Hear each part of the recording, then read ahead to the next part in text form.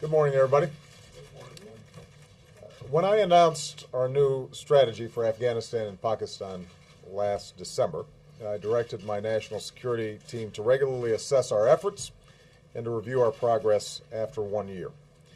That's what we've done consistently over the course of the past 12 months, in weekly updates from the field, in monthly meetings with my national security team, and in my frequent consultations with our Afghan, Pakistani, and coalition partners. And that's what we've done as part of our annual review, which is now complete. I want to thank Secretary Clinton and Secretary Gates for their leadership. Since Joint Chief of Staff Chairman Admiral Mullen is in Afghanistan, I'm pleased that we're joined by Vice Chairman General Cartwright. Our efforts also reflect the dedication of Ambassador Richard Holbrooke, whose memory we honor and whose work will continue. Indeed, the tributes to Richard that have poured in from across the globe speak to both the enormous impact of his life and to the broad international commitment to our shared efforts in this critical region. I have spoken with President Karzai of Afghanistan as well as President Zardari of Pakistan and discussed our findings and the way forward. Today I want to update the American people on our review, our assessment of where we stand, and areas where we need to do better. I want to be clear. This continues to be a very difficult endeavor. But I can report that thanks to the extraordinary service of our troops and civilians on the ground, we are on track to achieve our goals. It's important to remember why we remain in Afghanistan. It was Afghanistan where al-Qaeda plotted the 9/11 attacks that murdered 3,000 innocent people. It is the tribal regions along the Afghan-Pakistan border from which terrorists have launched more attacks against our homeland and our allies. And if an even wider insurgency were to engulf Afghanistan, that would give al-Qaeda even more space to plan these attacks. And that's why, from the start, I've been very clear about our core goal. It's not to defeat every last threat to the security of Afghanistan, because ultimately it is Afghans who must secure their country. And it's not nation building, because it is Afghans who must build their nation. Rather, we are focused on disrupting, dismantling, and defeating al-Qaeda in Afghanistan and Pakistan, and preventing its capacity to threaten America and our allies in the future. In pursuit of our core goal, we are seeing significant progress.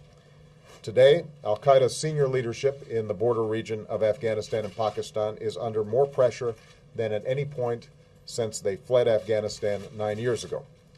Senior leaders have been killed. It's harder for them to recruit, it's harder for them to travel, it's harder for them to train, it's harder for them to plot and launch attacks. In short, al-Qaeda is hunkered down.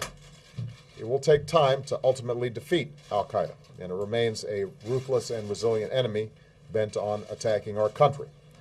But make no mistake, we are going to remain relentless in disrupting and dismantling that terrorist organization.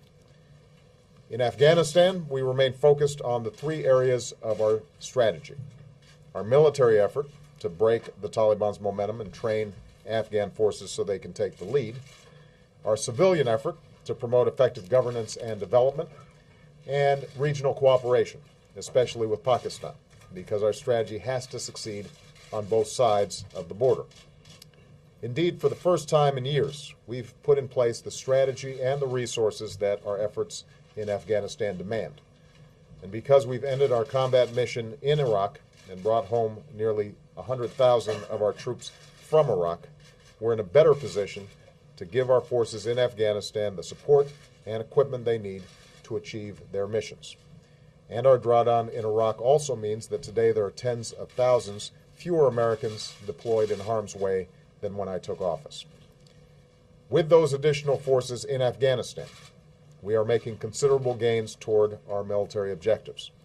The additional military and civilian personnel that I ordered in Afghanistan are now in place, along with additional forces from our coalition, which has grown to 49 nations.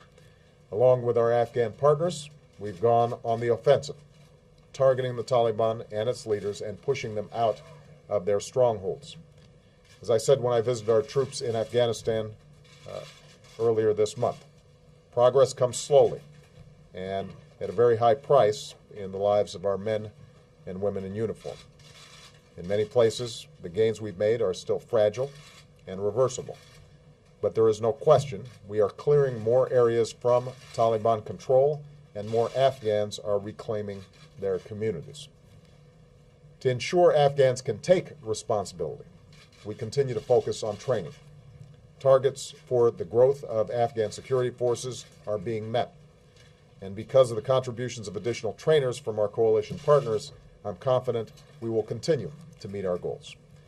I would add that much of this progress, the speed with which our troops deployed this year, the increase in recruiting and training of Afghan forces, and the additional troops and trainers from other nations, much of this is the result of us having sent a clear signal that we will begin the transition of responsibility to Afghans and start reducing American forces next July.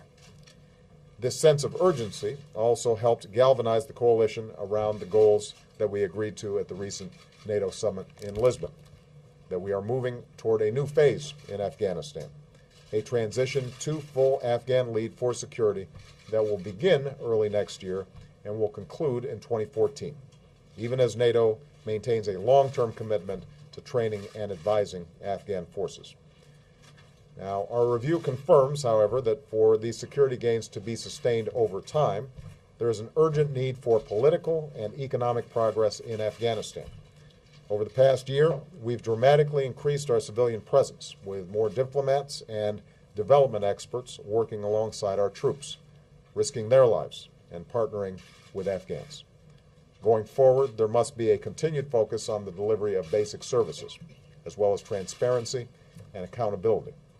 We will also fully support an Afghan political process that includes reconciliation with those Taliban who break ties with al-Qaeda, renounce violence, and accept the Afghan constitution. And we will forge a new strategic partnership with Afghanistan next year so that we make it clear that the United States is committed to the long-term security and development of the Afghan people. Finally, we will continue to focus on our relationship with Pakistan. Increasingly, the Pakistani government recognizes that terrorist networks in its border regions are a threat to all our countries, especially Pakistan. We've welcomed major Pakistani offensives in the tribal regions. We will continue to help strengthen Pakistani's capacity to root out terrorists. Nevertheless, progress has not come fast enough.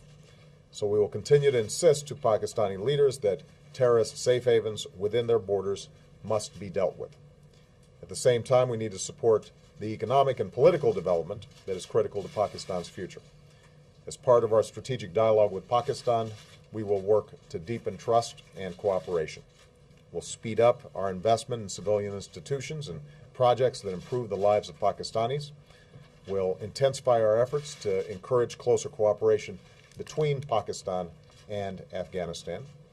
And next year, I look forward to an exchange of visits, including my visit to Pakistan, because the United States is committed to an enduring partnership that helps deliver improved security, development, and justice for the Pakistani people. Again, none of these challenges that I've outlined will be easy. There are more difficult days ahead. But as a nation, we can draw strength from the service of our fellow Americans. On my recent visit to Afghanistan, I visited a medical unit and pinned Purple Hearts on some of our wounded warriors. I met with a platoon that had just lost 6 of their teammates. Despite the tough fight, despite all their sacrifice, they continue to stand up for our security and for our values that we hold so dear. We're going to have to continue to stand up. We'll continue to give our brave troops and civilians the strategy and resources they need to succeed. We will never waver from our goal of disrupting, dismantling, and ultimately defeating al-Qaeda. We will forge enduring partnerships with people who are committed to progress and to peace, and we will continue to do everything in our power to ensure the security and the safety of the American people.